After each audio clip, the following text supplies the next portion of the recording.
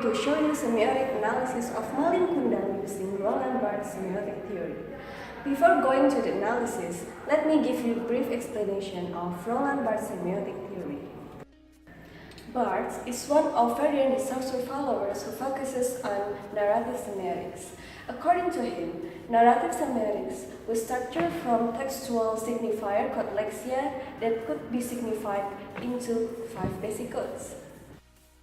Those 5 codes are priority code, hermeneutic code, connotative code, cultural or referential code, symbolic code. This analysis focuses to analyze the legend of Malin Kundang's lexia of connotative and cultural or referential code, which represent the moral value and culture of Indonesia. Malin Kundang is one of the famous Indonesian legends told by parents and teachers to teach the children about respect to their mother.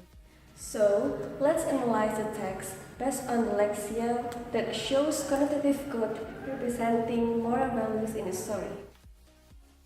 First lexia. Malin Kundang, born from poor family, decided to change his miserable life by traveling in order to find good fortune. This whole lexeme represents the relationship of someone with himself. The smaller part of this lexeme also signifies something. For example, good fortune is a sign of wealthiness. A poor family, Malin was born from connotatively signified an obstacle. Traveling signified the struggle. A moral value could be perceived by analyzing this not as a mere notative meaning but connotative meaning. Traveling and leaving his old mother means to take a step to a new journey of your life, to do something to reach your dream, and in the process you need to sacrifice something dear to you. The moral value that could be processed from the connotative code of that lexia is that in order to reach our dream, we need to work hard. Second lexia. Malin Kundang felt ashamed upon looking at his old and poor mother. He was a rich man with fine clothing and a beautiful wife, while his mother was looking ragged and poor as he was. In his undisguised disgust, he ignored his mother, refused to greet her, and returned to his ship. Denotatively speaking, the second lexia is about the meeting of Malin and his mother upon his return after he was successful. He was embraced because his mother is a poor woman, therefore he rejected his own mother. Connotatively speaking, this part signified the relationship of human with others. Malin represents the human's pride that could destroy a relationship of someone with a person that used to close to him just because he thought lowly of particular person. Third lexia. Malin's mother fell to her knees in desperation and prayed to God, asking that her son be punished for what he did. Soon a terrible storm rose up. Malin Kundang's ship was wrecked upon the rocks and he turned into stone. This lexia represents the relationship between human and God. Specifically, it signifies the relationship between Malin's mother and God, also between Malin and God. The relationship between Malin's mother and God was represented when his mother prayed to God to give her son punishment for what he did. Prayer is a sign of someone's wish and hope when they need God guidance or help.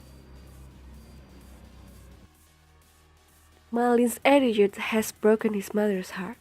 His arrogance and treatment to her mother were an unforgivable sin that God cursed him to become a stone.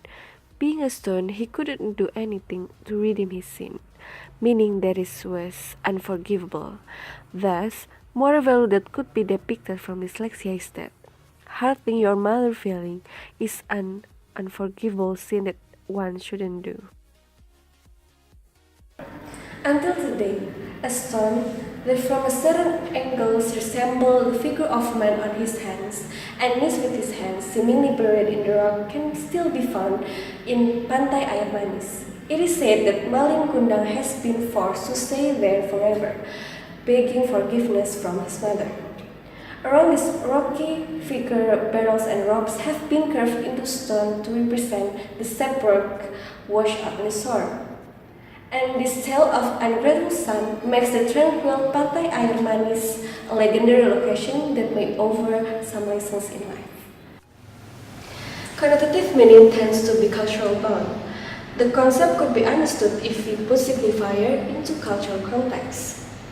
Especially as this analysis talks about moral values relies on cultural background knowledge to be able to perceive them. Since the story takes place in Indonesia, the cultural context of Indonesia is the one represented as moral value, such as respect to mother, traveling to better life, relationship between God and human, and so on. In Indonesia, there has been long life traditions of giving a full respect towards parents, in the story specifically towards mother.